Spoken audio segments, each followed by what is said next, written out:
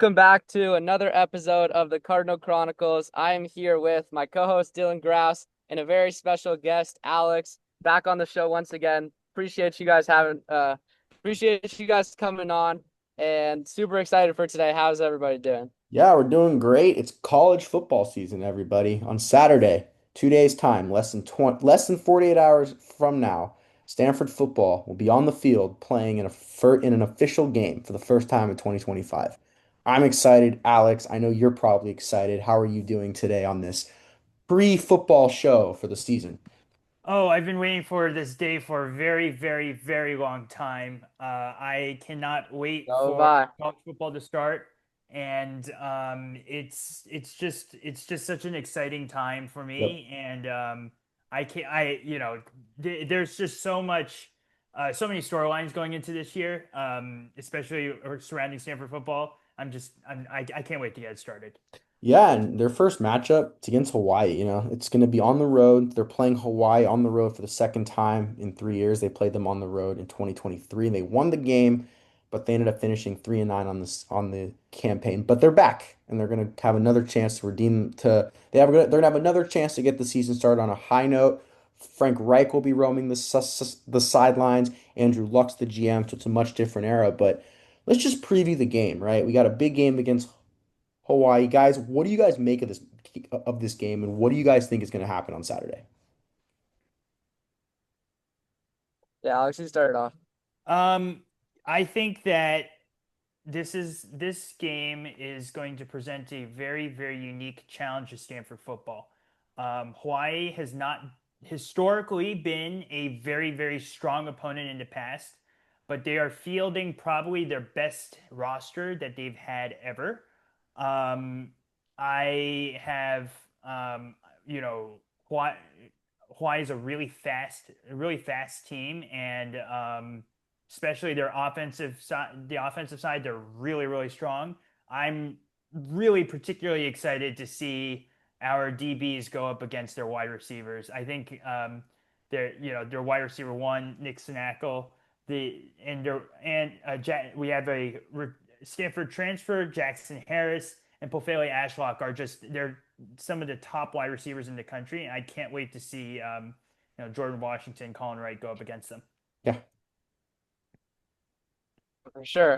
One thing I wanted to mention about this offense while you're on it, Micah Alahado, who is the technically returning quarterback, but didn't play too much over the last couple, didn't play last in except for the end.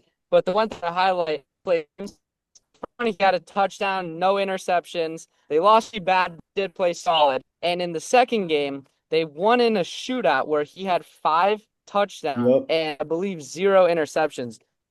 Alhado, although he doesn't have the full season to, I feel like he's in a very similar to Gold, just a lot younger. Doesn't have a full season to back up what he's done. You can't question that this is a good quarterback and how you want leading your football team the same way Steve wants Ben Grover's leading their football team. Yeah, no, he's good. He's definitely a good player, and for me, it's Hawaii's definitely going to run a fast tempo offense, right? They're going to pass a lot. They're fast and athletic, so they're going to want to get the ball to their playmakers. Just like Alex said, though, I'm really excited to watch Jackson play. Obviously, if you're a Bay Area native, we know him all too well. He's a Berkeley native. He went to Stanford for 2 seasons. Has a lot of promise and showed promise, but only had 6 catches for 86 yards over his 2 seasons there. So, now he's getting the chance to start, and I suspect he's going to be the player with the biggest chip on his shoulder going into this game. So I think he's going to be the guy to highlight in this game. I'm very interested to see what game plan Stanford has to cover him. But I will say, the one thing about Stanford I'm excited for, though, there's a couple things I'm intrigued about. Number one, I'm intrigued about the quarterback situation. Ben Gilbranson. It's his first game as a starting quarterback for Stanford. He has starting experience. He started, I believe, what was it, like 10 games for Oregon State back in 22. He went 7-1 as a starter, whatever it was. Or sorry, he started about 8 games, I want to say. He went 7-1. Didn't put up flashy numbers, but he knows how to win games. He knows how to run an offense. So this is going to be interesting. And I'm very curious to see how he can go up against the Hawaii defense in his first go around as Stanford starter. I think Ben's going to really, really succeed. he's really going to succeed. And here's why. He's a veteran quarterback. It's going to be a very loud environment in Hawaii. They are predicting a sold out crowd, a whiteout game, actually.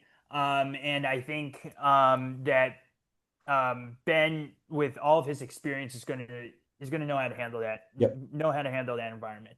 That's number one. Number two, in the current system that Frank Reich's going to and Coach Nate Byam is going to employ, are going to employ a very fairly run heavy offense that's going to rely on our O line. Ben is very familiar with that system. He played in that system in Oregon State. He has a very live arm. He's going to make some really strong throws, and I think that he can rely on his running backs to kind of do a lot of the heavy lifting for him. And then Yeah, I know. Yeah. there's something about a veteran quarterback playing with some really exciting a really exciting young wide receiver core that gets me really really excited. Yeah. CJ Williams, CJ Williams, Jordan Onoway, Caden High, Bryce Farrell is actually a quite underrated wide receiver core, a very young core, and they're going to succeed a ton. Completely agree. Singer. Yeah, and one thing about Ben that I think is interesting is for him, he kind of reminds me of Andrew Luck in the sense, not necessarily talent-wise or whatever, but in the sense where Andrew was very mature and poised when he ran the offense that Jim Harbaugh had. And you look at what type of team that Stanford wants to have. They want guys who can go out there and adjust quickly and catch on. And Ben during camp did a really good job of not only picking up the offense, but taking command. And look, I'm interested to see, even though he's not the flashiest name out there, he's not the biggest name quarterback, I'm interested to see how he does. But the one thing for me about Stanford that's going to hinge on Ben is how's the defense going to do, right? Because the defensive game is important. If the defense struggles early, it's going to force the offense to play from behind, which is going to be a problem. Now, defensively, the key defensively is get to the quarterback. Alejado's dynamic. He's fast. He can play. He's a playmaker. So, how do we stop him? You get to the quarterback. Who's going to do that? Tevarua Tafiti. He's a big name to watch. David Bailey's gone. Absolutely. He's at Texas Tech. So Stanford needs a new sack guy. Who's it going to be? Tafiti is a guy that is the first name that comes to my head when I think of a guy that needs to get a lot of sacks. Yeah, I love that. I'm really interested in about this Stanford defense.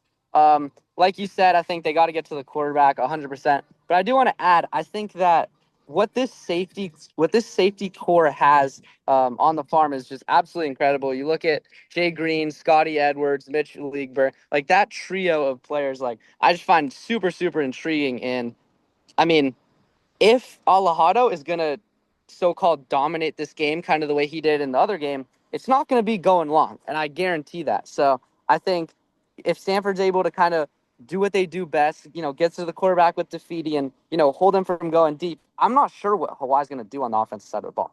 Yeah. I think I totally agree. I'd also want to highlight the amazing work that defensive coordinator and linebackers coach Bobby April's done, as well as the co-defensive coordinator and inside linebackers coach Andy Thompson has really done to the linebackers. I think that linebacker last year was a bit of a disappointment, but we really reloaded with into transfer portal with pickups like Hunter Barth and Zach Johnson, and along with returning a Josiah Galvan. I think that those I will watch the linebackers be the linebackers of old with Stanford football. Yeah. And I think physicality too is a big thing, right? You look at Stanford, they're going to be a physical team. Alex, I know you mentioned earlier that Hawaii is not the most physical team. They're fast, but they're not physical. So in a game like this, physicality is going to be huge because especially in late game scenarios when the main goal is going to be to make a stop on defense, I think Stanford comes out on top. But one thing I'm very interested about is how do we think that how do we think the offensive line is going to play? Because offensively, a big part of the problem from last year and the year before that was offensive line inconsistencies and injuries and all that. So, what's the makeup of the offensive line? Do we think the offensive line is going to have any chance of helping Stanford's offense advance the ball?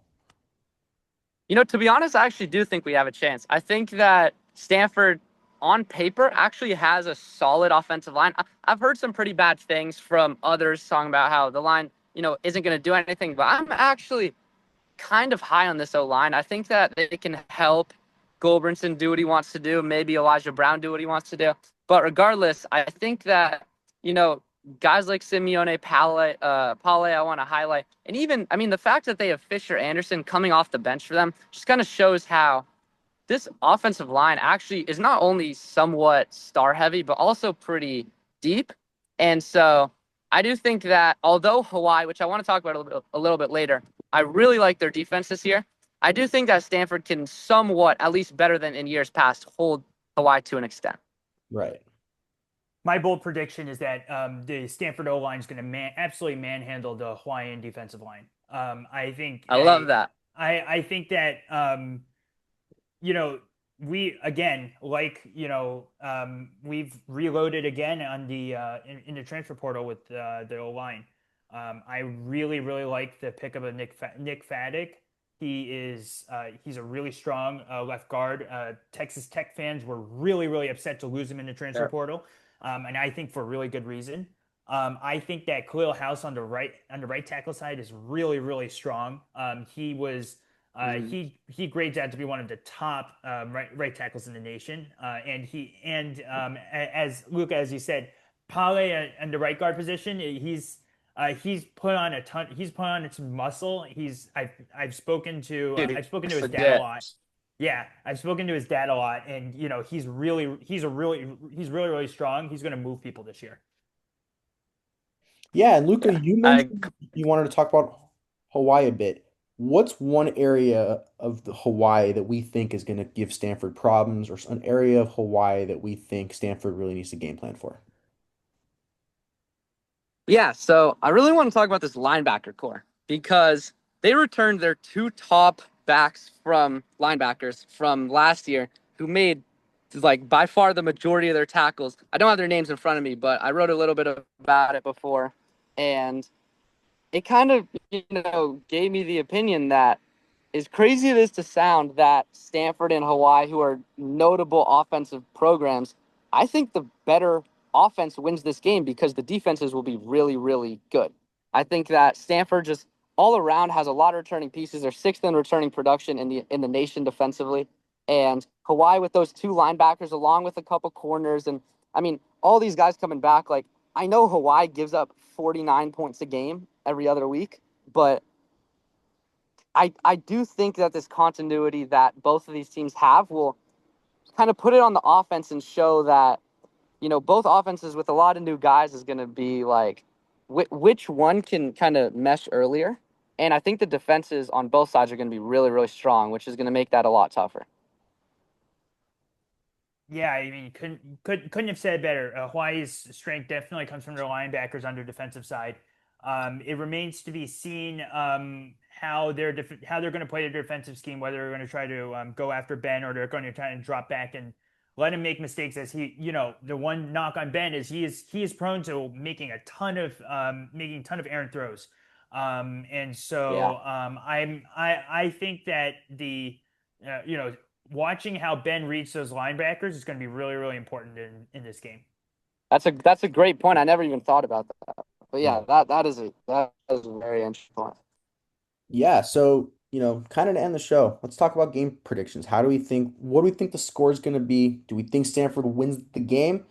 I predicted that Stanford wins 24-23. Hawaii is they are 2.5 point favorites, but I could see Yep. this game going Stanford's way. I could see it's going to be a close game. I think week 0 is always tough to judge because it's the first game of the season. It's not like the NFL where you have preseason, you kind of get right into it.